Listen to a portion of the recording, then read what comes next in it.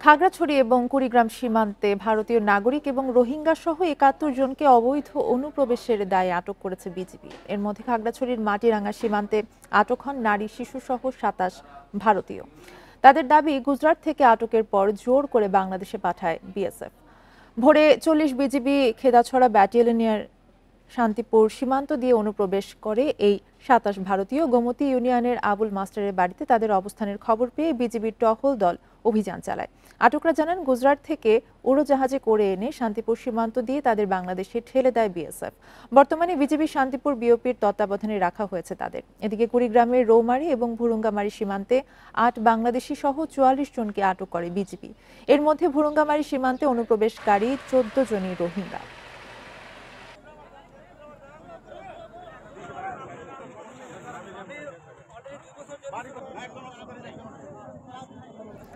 আপনারা দেখছেন বিরতিহীন সংবাদ দুপুর। সংবাদে আরো যা থাকছে। নাগরিকদের তথ্য চুরির ব্যাকডোর শনাক্ত, আনসার ও ব্র্যাক ব্যাংকের এনআইডি যাচাই বন্ধ।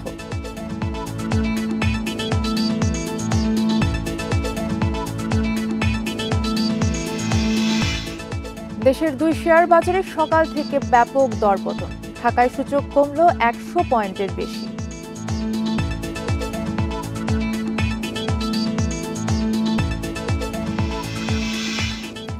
আট কার্য দিবসেই শেষ হলো মাগুরার শিশু আসিয়া ধর্ষণ ও হত্যা মামলার সাক্ষ্য গ্রহণ।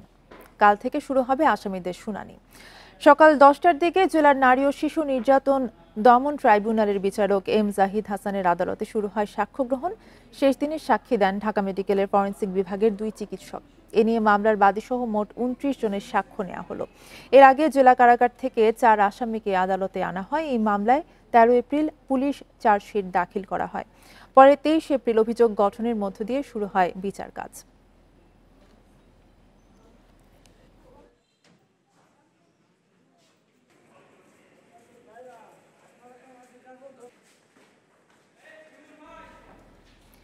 ঈদুল আজহা, ঈদুল ফিতরের মতো নৌযাত্রা স্বস্তিদায়ক রাখতে সংশ্লিষ্ট কর্মকর্তাদের নির্দেশনা দিয়েছেন নৌপরিবহন উপদেষ্টা brigadier general doctor M Sakhawat Hossain. সকালে রাজধানীর কৃষিবিদ ইনস্টিটিউটে নৌ নিরাপত্তা সপ্তাহ ২০২৫ উদ্বোধনী অনুষ্ঠানে তিনি কথা বলেন। এবারে নৌ নিরাপত্তা সপ্তাহের প্রতিপাদ্য বিষয় দূষণমুক্ত নদী ও নিরাপদ নৌযান। সুস্থ থাকবে পরিবেশ, রক্ষা হবে প্রাণ।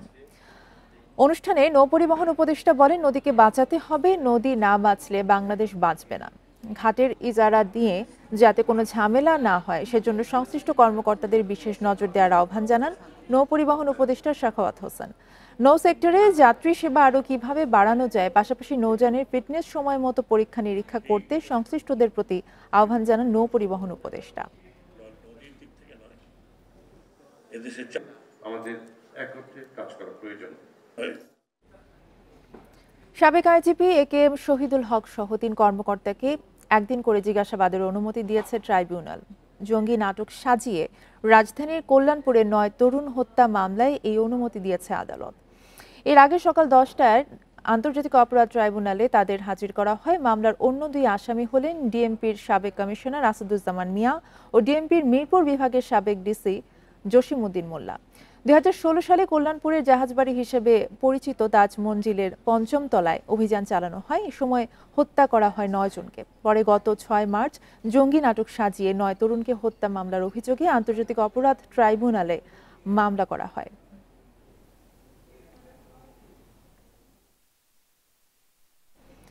নাগরিকদের তথ্য চুরির প্রমাণ পাওয়ায় আনসার ও গ্রাম প্রতিরক্ষা বাহিনী এবং ব্র্যাক ব্যাংকের এনআইডি যাচাই সেবা বন্ধ করা হয়েছে। সকালে আগারগাঁওয়ে এক ব্রিফিংয়ে এই তথ্য জানিয়েছেন জাতীয় পরিচয়পত্র নিবন্ধন অনুবিভাগের মহাপরিচালক এস এম হুমায়ুন কবির।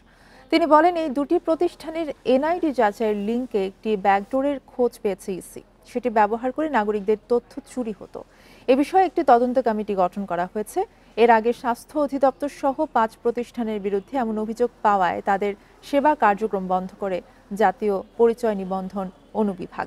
এর আগে ১২ কোটিরও বেশি ভোটারের তথ্য ফাঁসের ঘটনায় আইসিটি মন্ত্রণালয়ের সাথে চুক্তি বাতিল করে ইসি।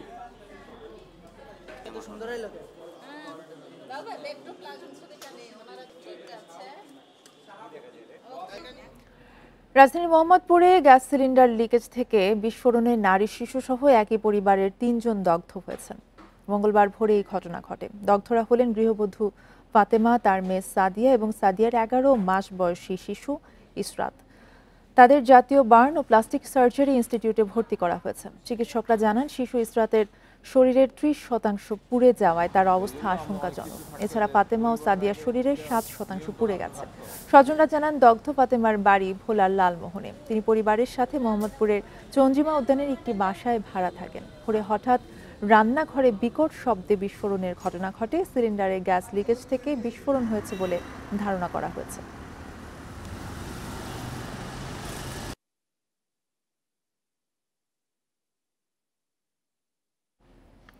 ঢাকা সিলেট মহাসড়ক 6 লেনে উন্নয়ন কাজে ধীরগতির কারণে ভোগান্তিতে পড়েছেন এই রুটের যাত্রীরা। নেতিবাচক প্রভাব পড়েছে পণ্য পরিবহন ও ব্যবসা বাণিজ্যে।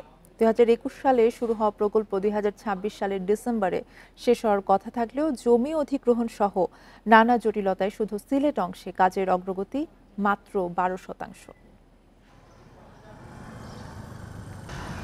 রাজধানী ঢাকা ও প্রধান বাণিজ্যিক শহর চট্টগ্রামের সঙ্গে সিলেটের যোগাযোগের মাধ্যম এই মহাসড়ক।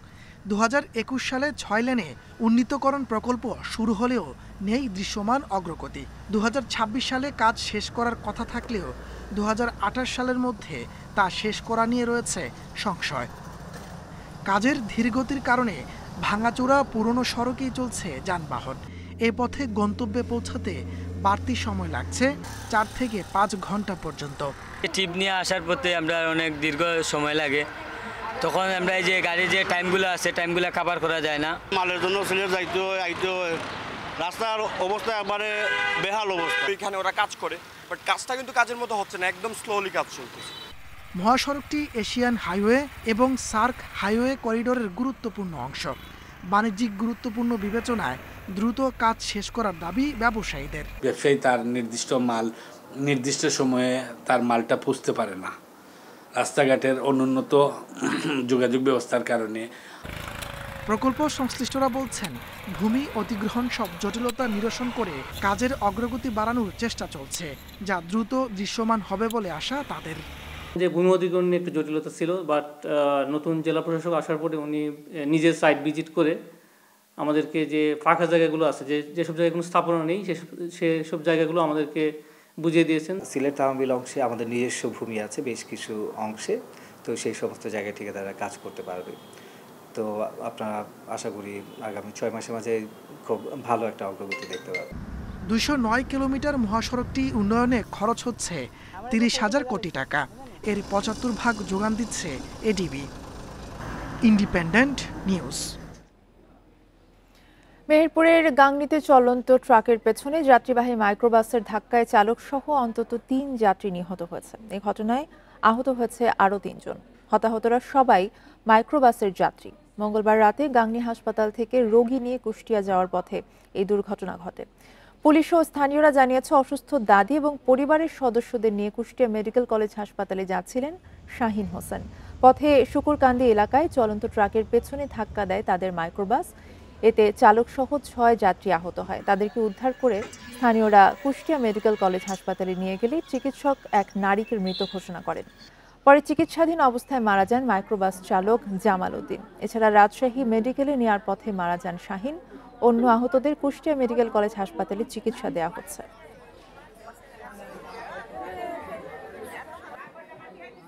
রোগীবাহিত মাইক্রো গাংনী থানাধীন শুকুরকান্দি নামক এলাকায় সড়ক দুর্ঘটনায় পতিত হয়। সেখানে বেশ কয়েকজন আহত হয়। তাদেরকে স্থানীয় জনগণ উদ্ধারপূর্বক তাৎক্ষণিকভাবে হাসপাতালে নিয়ে যায়। সেখানে 3 জন মৃত্যুবরণ করেছে। ঢাকা মাওয়া এক্সপ্রেসওয়ের ছাদ উড়ে যাওয়ার পরেও যাত্রী নিয়ে বাস চালানোর ঘটনায় অভিযুক্ত চালককে গ্রেফতার করা হয়েছে। রাতে দক্ষিণ কেরানীগঞ্জ থেকে তাকে গ্রেফতার করা হয়।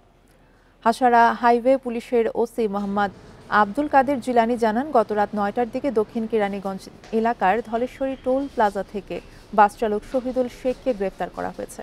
আজ তাকে আদালতে তোলা হবে। 17 এপ্রিল রাতে ঢাকা মাওয়া এক্সপ্রেসওয়েতে প্রাইভেট কার ও পরে একটি কাভার্ডের সাথে সংঘর্ষ হয় বাসটির। এ সময় পালাতে গিয়ে এক্সপ্রেসওয়ের রেলিংয়ে লেগে বাসটির ছাদ উড়ে যায়। এরপরেও প্রায় 10 কিলোমিটার বাস চালিয়ে কুমারভোগ এলাকায় বাস রেখে পালিয়ে যান চালক।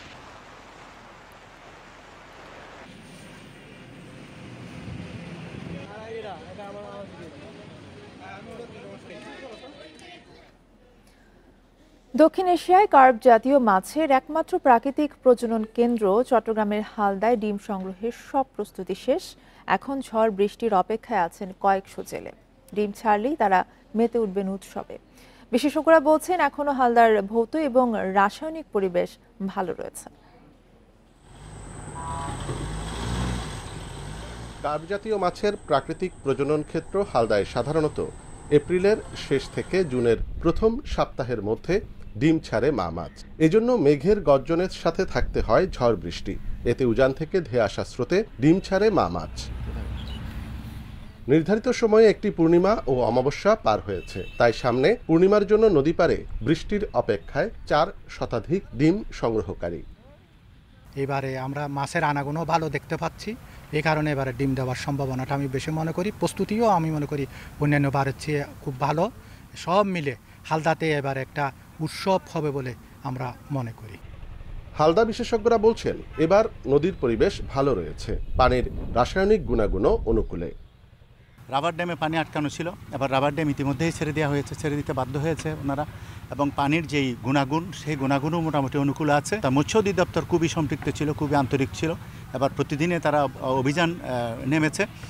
মৎস্য বিভাগ বলছে হালদা নদীতে দূষণ, চোরাইজাল, মা মাছ নিধন রোধে বিভিন্ন সংস্থাকে নিয়ে একসাথে কাজ করছে তারা। আমাদের 6টা হ্যাচারি রয়েছে, তার মধ্যে 3টা হ্যাচারি আমরা সংস্কার কাজ করছি। আগামী অর্থবছরে বাকি 3টার সংস্কার কাজ চলবে এবং এখন পর্যন্ত আমাদের যে প্রস্তুতি রয়েছে তাতে আমরা খুব আশাবাদী যে সাকসেসফুলি আমরা এই বছরটা ডিম সংগ্রহ করতে পারবো। ডিম সংগ্রহ থেকে মাছ চাষের প্রক্রিয়া ঘিরে কয়েক হাজার মানুষ জড়িত, যেখানে প্রতি বছর অর্থনৈতিক সংশ্লিষ্টতা থাকে কমপক্ষে 800 কোটি টাকা।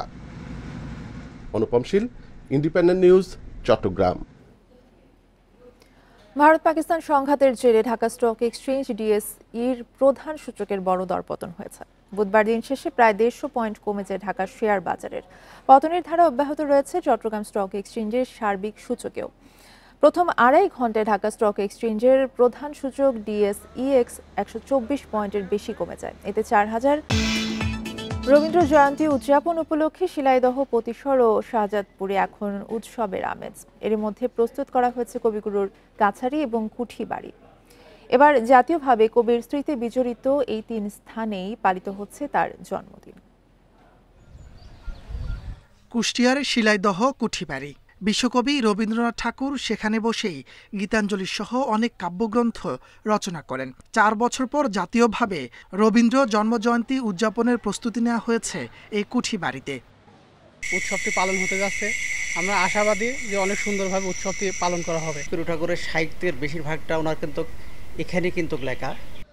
আয়োজন নির্বিঘ্ন করতে সব প্রস্তুতি শেষ করেছে প্রত্নতত্ত্ব বিভাগ। 3 দিন ধরে থাকছে আলোচনা ও সাংস্কৃতিক অনুষ্ঠান। আমরা সাজিয়েছি আলোচনা সভা ও কবিগুরু রবীন্দ্রনাথ ঠাকুরের বিভিন্ন গান, কবিতা ও নৃত্যের মাধ্যমে আমাদের এই অনুষ্ঠানটা সাজানো হয়েছে। একই চিত্র নওগাঁর আত্রায়ের পতিসর কাছারি বাড়িতে। পরিষ্কার পরিচ্ছন্নতা, প্যান্ডেল ও তোরণ স্থাপন সহ প্রস্তুত করা হয়েছে দেবেন্দ্র মঞ্চ। আলোচনা সভা, সাংস্কৃতিক অনুষ্ঠান ছাড়াও সেখানে থাকছে 3 দিনের গ্রামীণ মেলা। প্রত্যেকের বাড়িতেই আত্মীয় স্বজন থাকে, তারা এই মেলা দেখা উপলক্ষে, রবীন্দ্র জন্মজয়ন্তী দেখা উপলক্ষে পতিসরে আসে। যে সমস্ত শিল্প ও সংস্কৃতি সম্মানা ব্যক্তিবর্গ রয়েছেন, যারা শিল্পী রয়েছেন, যারা রবীন্দ্রনাথকে চর্চা করেন, তাদের মিলন মেলা অনুযায়ী একটা মেলা হবে। এদিকে সিরাজগঞ্জের শাহজাদপুরে এখন উৎসবের আমেজ। কবির কাছারি বাড়িতে রবীন্দ্র জয়ন্তীর 3 দিনের অনুষ্ঠান ঘিরে নেওয়া হয়েছে সব ধরনের প্রস্তুতি। বরণ্য বা দেশবরণ্য রবীন্দ্র গবেষক, জ্ঞানীগুণী ব্যক্তিবর্গ অংশগ্রহণ করবেন। আমরা আশা করি যে খুব ভালো একটি অনুষ্ঠান আমরা আয়োজন করতে সক্ষম হব।